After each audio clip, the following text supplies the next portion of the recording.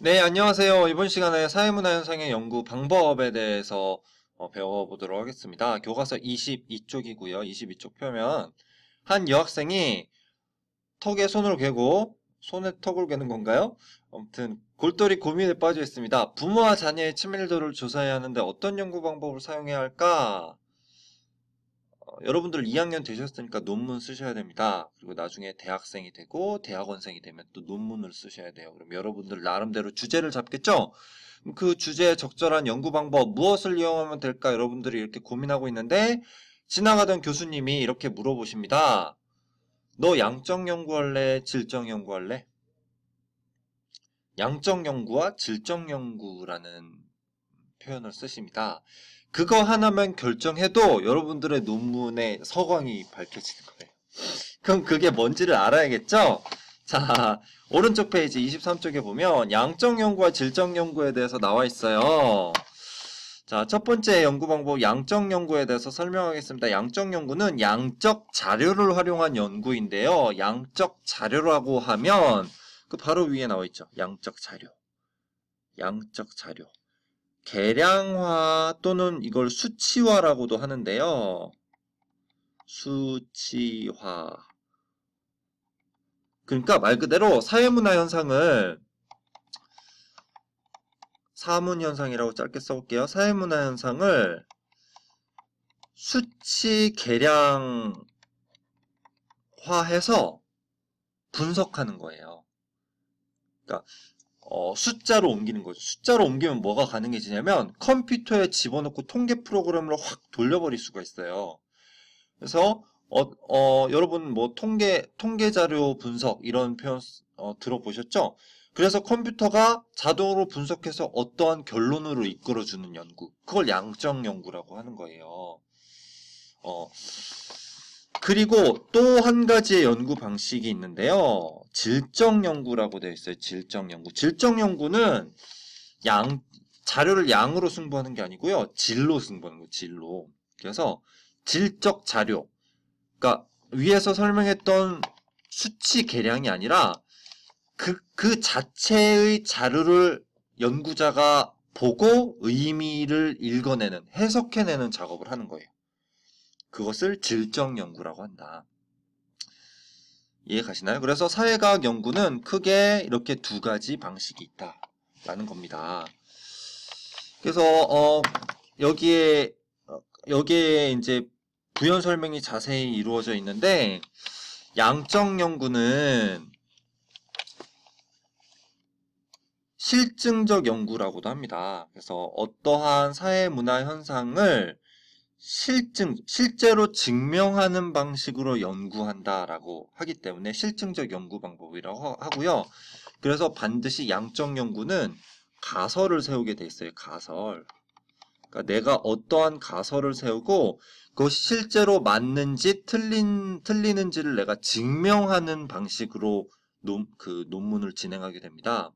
그래서 실증적 연구 방법이라고 하고요. 이 양적 연구를 또 다른 표현으로는 방법론적 이론론이라고 해요. 이거는 뭐냐면 사회과학, 사회문화 현상의 연구 방법은 자연현상의 연구 방법과 같다. 즉 자연과학의 연구 방식과 사회과학의 연구 방식은 동일하다. 그 근원이 하나다라고 보는 거예요. 방법론적으로 근원이 하나다. 이게 이제 양적 연구의 특징이고요. 반면에 질적 연구는요. 질적 연구는 방법론적으로 그 근원이 두 가지다라고 이야기해요. 그러니까 이 얘기는 뭔 얘기냐면 자연현상과 사회문화 현상은 그 특징이 앞에서 자연현상의 특징 배웠잖아요. 그리고 너무나 그 특징이 다르기 때문에 자연현상을 연구하는 자연과학의 연구 방법론과 사회문화 현상을 연구하는 사회과학의 연구 방법론은 같을 수가 없다고 보는 거예요. 사회과학의 연구 방법론은 그 자체로서 발전시켜야지 자연과학의 방식을 따라하면 안 된다라고 이야기를 하는 거죠. 그래서 방법론적으로 그 근원이 두 가지다 해서 방법론적 이원론이라고도 합니다. 그러면 다음 페이지로 넘어가실게요. 다음 페이지에 이 두 가지 연구 방법의 각각의 특성에 대해서 설명을 해놓고 있습니다. 양적 연구 방법은요. 자, 양적 연구 방법은 앞서 설명했던 것처럼 개량화된 자료에 기초해서 법칙을 발견하려고 합니다. 그래서 그거를 양적으로 측정할 수 있도록 조작적 정의의 과정을 거친다고요. 조작적 정의라는 표현이 좀 어려운데요. 여기 옆에 설명이 되어 있죠? 추상적 개념이나 용어를 측정 가능하도록 조작하여 의미를 나타내는 것이다. 그 밑에 사례가 나와 있어요. 연인 간의 사랑을 어떻게 조작적으로 정의할 수 있을까? 라고 해봅시다. 예를 들어서 뭐 연인 간의 사랑 또는 뭐 부모와 자식 간의 사랑을 측정해야 돼. 그럼 어떻게 측정할 수 있을까요? 사랑이라는 개념 굉장히 추상적이잖아요. 그러니까 이게 왜 중요하냐면 예를 들어서 이런 연구가 있다고 해보세요. 한국의 연인들의 사랑은 서양 연인들의 사랑보다 별로 진하지 않다. 그런 결론을 이끌어냈어요. 누군가가. 왜? 그 연구자의 주장은 이래요. 서양 연인들은 수시로 뽀뽀를 하고 키스를 하고 볼을 부비부비하고 포옹을 하고 한다는 거예요. 하지만 우리나라의 연인들은 별로 그렇지 않다는 거야. 하루에 뽀뽀 끽해봐야 한 번 하면 많이 하는 거고 또 사람들이 지켜보는 앞에서는 포옹도 잘 안 해. 그래서 그 연구자가 그것을 보고 서양 연인들은 한국의 연인보다 사랑을 더 깊게 한다. 이렇게 연구 결과를 발표했다고 해보세요. 여러분 그 연구 결과에 동의하세요? 동의할 수 없을걸요? 왜냐하면 그 사랑의 정도를 어떻게 키스의 횟수로 측정할 수 있느냐라고 할 수 있겠죠. 그렇죠? 그러니까 지금 그 과정의 조작적 정의예요. 그러니까 사랑이라는 굉장히 추상적인 개념이 있어요. 이 개념을 조작적 정의를 한 거예요. 그러니까 이 사랑에 대한 개념적 정의 여러분 국어사전을 펴면 나오겠죠? 이 사랑의 뜻에 대해서. 그것을 여러분들이 뭐 설문조사를 하든 어떤 뭐 실험법으로 연구를 하든 간에 양적 연구를 하려면 이 사랑을 조작적 정의를 해줘야 돼요. 그래서 뭐 좀 전에 이야기해줬던 것처럼 하루에 키스를 몇 번 하느냐 또 뭘로 측정할 수 있을까요? 뭐 일주일에 편지를 몇 번 쓰느냐 뭐 하루에 카톡을 몇 번이나 서로 주고받느냐 그 다음에 사랑해라는 말을 몇 번이나 하느냐 그 다음에 그 사람을 하루에 몇 번 생각하느냐 또는 그 사람을 생각할 때 얼마만큼 행복하느냐. 그럼 얼마만큼 행복하느냐라고 하면 이거를 1단계부터 5단계까지 만들어야겠죠. 그래서 매우 행복하다, 보통 행복하다, 보통이다, 불행하다고 느낀다, 매우 불행하다. 뭐 이런 식으로. 그래서 여기에 체크를 한다면 정말 사랑하는구나 라는 걸 알 수 있겠죠. 그렇죠? 즉 사랑이라는 개념적 정의를 이렇게 수치적으로 계량화하여서 측정할 수 있게끔 바꿔주는 과정을 조작적 정의라고 하는 거예요. 그렇죠? 이런 걸 이제 조작적 정의의 과정이다. 그러면 이걸 만약에 내가 설문지로 양적 연구를 하겠다 그러면 이걸 그대로 질문으로 옮기면 되는 거예요. 하루에 키스를 몇 번 하십니까? 1, 2, 3, 4, 5. 하루에 편지를 몇 번 쓰십니까? 1, 2, 3, 4, 5. 하루에 카톡을 몇 번 하십니까? 1, 2, 3, 4, 5. 그 사람을 생각하면 얼마나 행복하십니까? 1, 2, 3, 4, 5. 이렇게 해놓고 체크하게끔 하는 거죠. 그렇죠? 이렇게 체크해서 이거를 뭐 예를 들어서 이 문항은 2번을 체크했고 이 문항은 3번을 체크하고 이 문항은 5번을 체크했다. 그러면 그걸 그대로 컴퓨터에 집어넣는 거예요. 그럼 이걸 미리 입력해 놓은 그 통계 프로그램 그 분석식에서 이러한 설문지의 응답의 그 번호들을 가지고 이 사람이 과연 연인을 얼마나 사랑하는지에 대해서 분석해내는 거죠. 그렇죠? 조작적 정의에 대해서 이해하시죠? 그래서 조작적 정의의 과정을 거친다라고 되어 있고 뭐 그거에 대한 사례가 나와 있고 그래서 여기 이제 나와 있어요. 가설을 세우고 그 가설에 따라 독립변수와 종속변수를 읽어내서 그것을 통계기법을 활용해서 분석하고 처음에 세웠던 이 가설이 맞는지를 검증해요.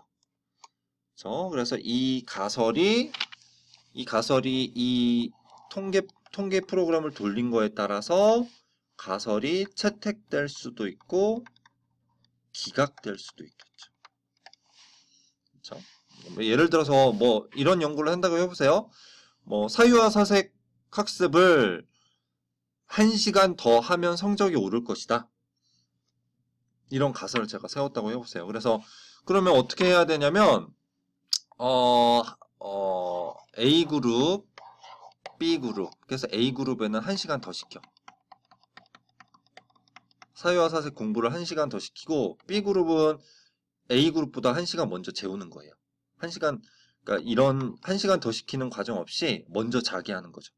그리고 나서 시험을 보고 그 시험 성적의 상승도를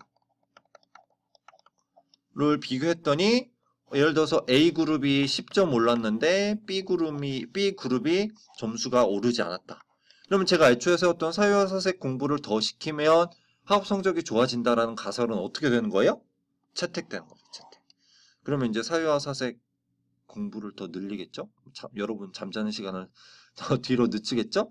근데 막상 이렇게 1시간 더 시켜서 공부를 해봤는데 A그룹도 점수가 10점 올랐고 B그룹도 점수가 10점이 올랐다. 그렇죠? 그러면 이건 어떻게 분석해야 돼요? 이거는 문제가 쉽게 나와서 점수가 오른 거겠죠? 공부를 더 해서 하고 점수가 오른 게 아니라. 왜냐면 B그룹도 10점 올랐으니까. 그러면 제가 애초에 세웠던 가설은 어떻게 되는 거예요? 기각되는 거죠. 그러면 사유사색 공부 더 안 시키겠죠. 제 애초의 가설, 제 애초의 의지가 꺾였기 때문에 이게 바로 양적 연구하는 방식입니다. 반면에 질적 연구 볼까요? 질적 연구와 해당되는 특징들을 한번 살펴볼게요. 막 넘어가네. 질적 연구는 사회문화 현상과 관련된 사회적 행위자의 관점 하나의 현상이 발생하는 총체적 맥락 속에서 그 현상을 파악하려고 합니다.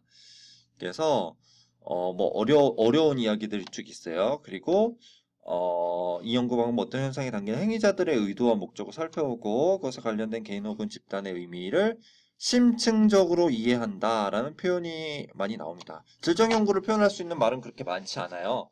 의미를 심층적으로 이해한다라는 표현이 나오면 질적 연구에 더 어울리겠다라고 여러분 판단하시면 되는 거죠.